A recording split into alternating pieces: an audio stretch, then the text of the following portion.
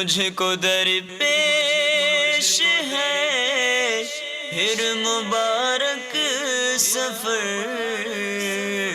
قافلہ پھر مدینے کا تیار ہے، قافلہ پھر مدینے کا تیار ہے۔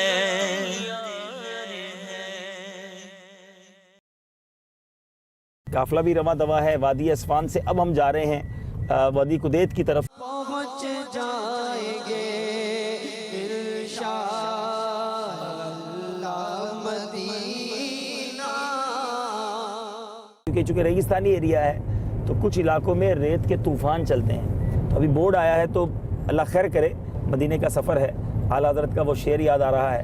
ہم کو تو اپنے سائے میں آرام ہی سلائے، ہیلے بہانے والوں کو یہ راہ ڈر کی ہے۔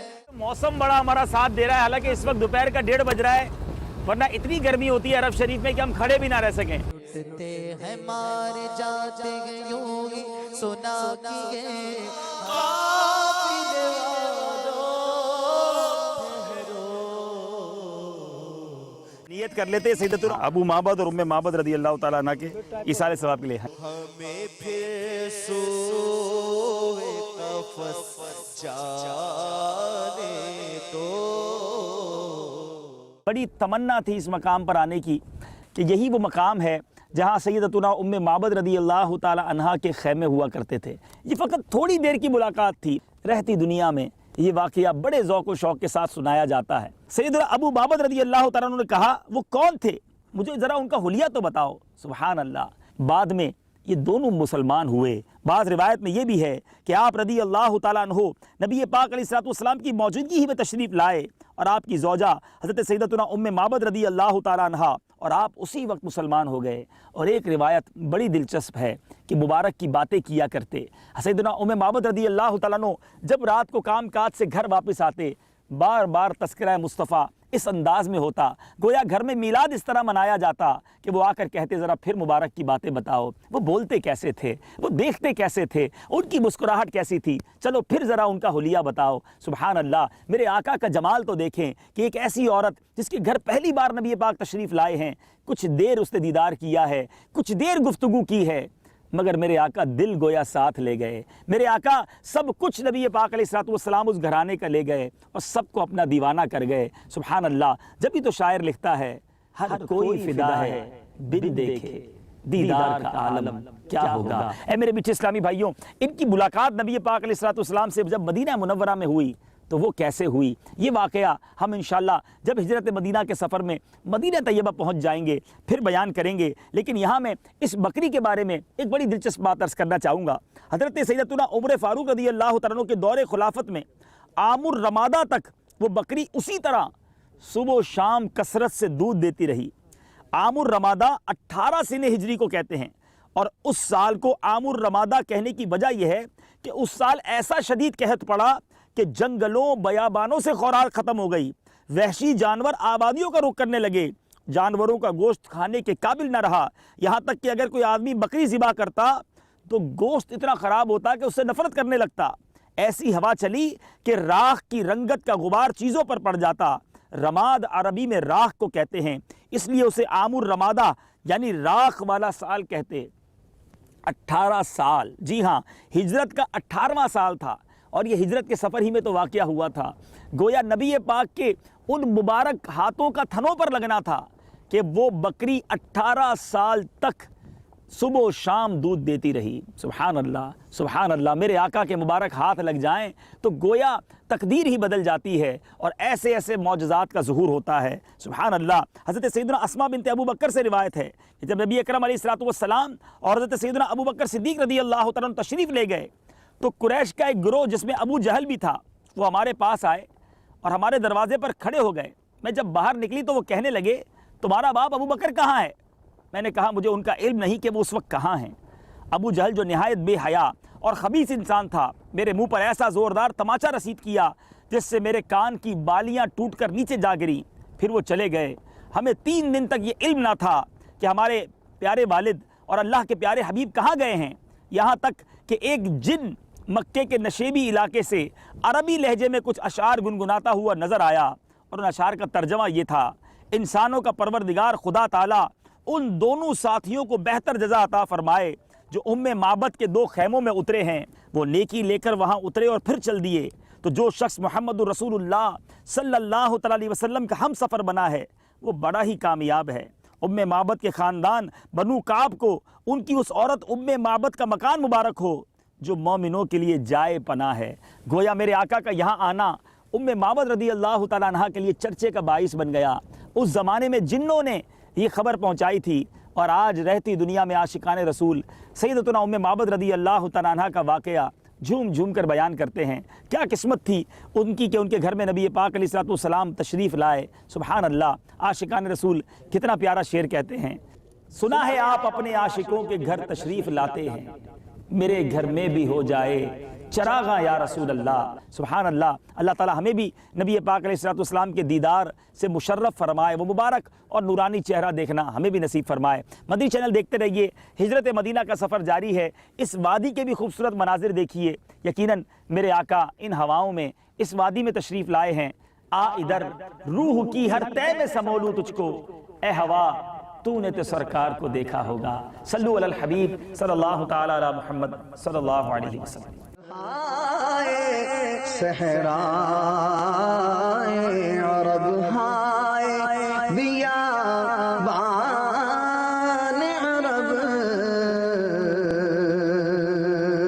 کچھ عجب رنگ سے پھولا ہے گلستان عرب۔ میرے میٹھے اور پیارے اسلامی بھائیوں اور مدنی چینل کے ناظرین، قافلے کے ساتھ معبد رضی اللہ تعالی عنہا کے خیموں کے قریب ہم پہنچے ہیں۔ چاروں طرف صحرا ہے۔ ہماری گاڑیاں بھی ہم نے کچھ اسلامی بھائی کو روانہ کر دیا ہے۔ اب کچھ اسلامی بھائی کیمرہ مین اور ہم یہاں موجود ہیں، اور اس وقت کیفیت یہ ہے کہ دور دور تک نہ پانی ہے، نہ وضو کا انتظام ہے، نہ پینے کا انتظام ہے۔ پیاس بھی لگ رہی ہے اسلامی بھائیوں کو، اور نماز بھی پڑھنی ہے، اور ہماری گاڑیاں اب نہ جانے کب آتی ہیں۔ بہرحال یہ یاد دلا رہی ہیں اس سفر کی کہ وہ بھی تو ایک سفر ہوا کرتا تھا جب اونٹوں پر گھوڑوں پر یہ سفر ہوتا ہوگا، کہیں تیمم کر کے نماز پڑھتے ہوں گے، کہیں پیاسے رہ جاتے ہوں گے۔ تو صحرائے عرب ہے، انشاءاللہ امید ہے کچھ دیر میں گاڑیاں آ جائیں گی، لیکن بہرحال شوق بڑا ہے اس مبارک سفر کو قریب سے دیکھنے کا، اس مقامات کو قریب سے دیکھنے کا۔ اللہ تعالیٰ ہماری یہ سعی کو اپنی بارگاہ میں قبول فرمائے، اخلاص بھی عطا فرمائے۔ اللہ تعالیٰ نبی پاک علیہ الصلوۃ والسلام اور آپ کے صحابہ کی پیاس کے صدقے ہمیں محشر کی پیاس سے محفوظ فرمائے۔ صلو علی الحبیب صلی اللہ تعالی علی محمد صلی اللہ علیہ وسلم۔ پھر اٹھا والائے یاد مغیلان عرب، پھر کھینچا دامن دل سوئے بیابان عرب، پھر اٹھا والائے یاد مغیلان عرب، پھر کھینچا دامن دل سوئے بیابان عرب، پھر کھینچا دامن دل۔ میرے میٹھے پیارے اسلامی بھائیوں، اب یہاں جیسا میں نے عرض کیا تھا کہ صحرا ہے، پانی نہیں ہے۔ مدد آئی ہمارے پاس، ماشاءاللہ عربی یہاں پہنچے، اور مزے کی بات یہ کہ انہوں نے بھی ہمیں یہاں آ کر وہی واقعہ معبد رضی اللہ تعالیٰ عنہ کا سنایا، اور انہوں نے کہا یہی تو مقام ہے کہ جہاں وہ واقعہ ہوا، اور انہوں نے بتایا کہ ہم نے کتابوں میں پڑھا ہے کہ نبی پاک علیہ الصلوۃ والسلام نے اپنے ہاتھ مبارک لگائے تو وہ تھن بھر گئے اور دودھ زائد ہو گیا۔ ہمیں ان کو عرض کیا کہ ہم نے نماز پڑھنی ہے، وقت تھوڑا ہے، یہ اپنے مزرے میں لے آئے ہیں، یا بہت سارے جانور بھی ہیں، پرندے بھی ہیں۔ اب ہم یہاں وضو کریں گے، انشاءاللہ تھوڑی دیر باقی ہے، ظہر کا وقت ختم ہونے میں نماز پڑھیں گے، پھر انشاءاللہ آپ کو کچھ عربیوں کا مزرعہ، جس کو یہ مزرعہ کہتے ہیں ہمارے، جس کو فارم ہاؤس کہہ لیں، یا جہاں پر وہ جانور وغیرہ پالے جاتے ہیں، وہ بھی دکھائیں گے، اور پھر ہمارا سفر بھی آگے تک جاری رہے گا۔ باغ فردوس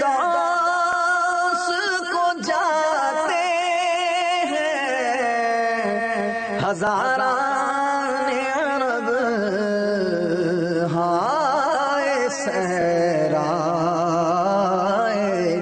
عرب ہائے بیابان عرب ہائے صحرائے عرب دل وہی دل ہے جو آنکھوں سے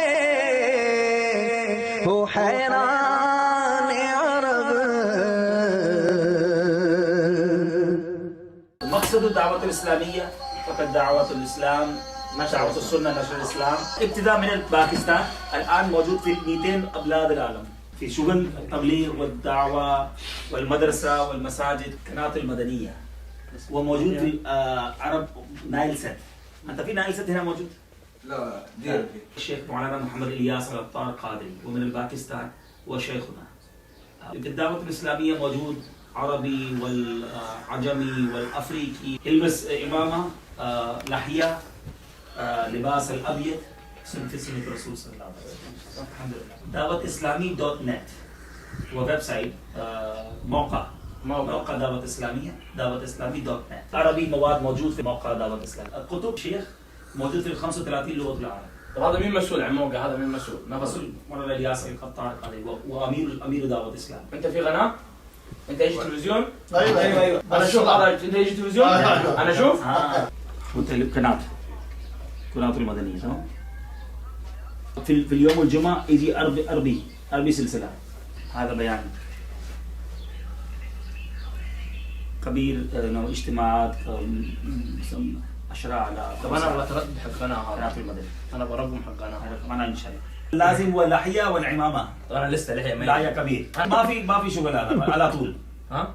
اليوم على طول. ما يقصر. هي في اللحية كاملة إن شاء الله. سنة الرسول. صح هو لسه هو صغير على طول. ايوه إن شاء الله. ان شاء الله لحية كبير. ان شاء الله. بل هذا لا يجوز. هذا حرام؟ هذا خطبه انا عارف بل هذا ما في لا يجوز. لا جائز يجوز واحد حجر لا. هذا حديد حديد لا يجوز. فقط فضة بل فضة مع حجر بدون حجر ما لا يجوز. وزن أقل 4 جرام فضة بدون حجر بدون فضة لا يجوز في الرجل.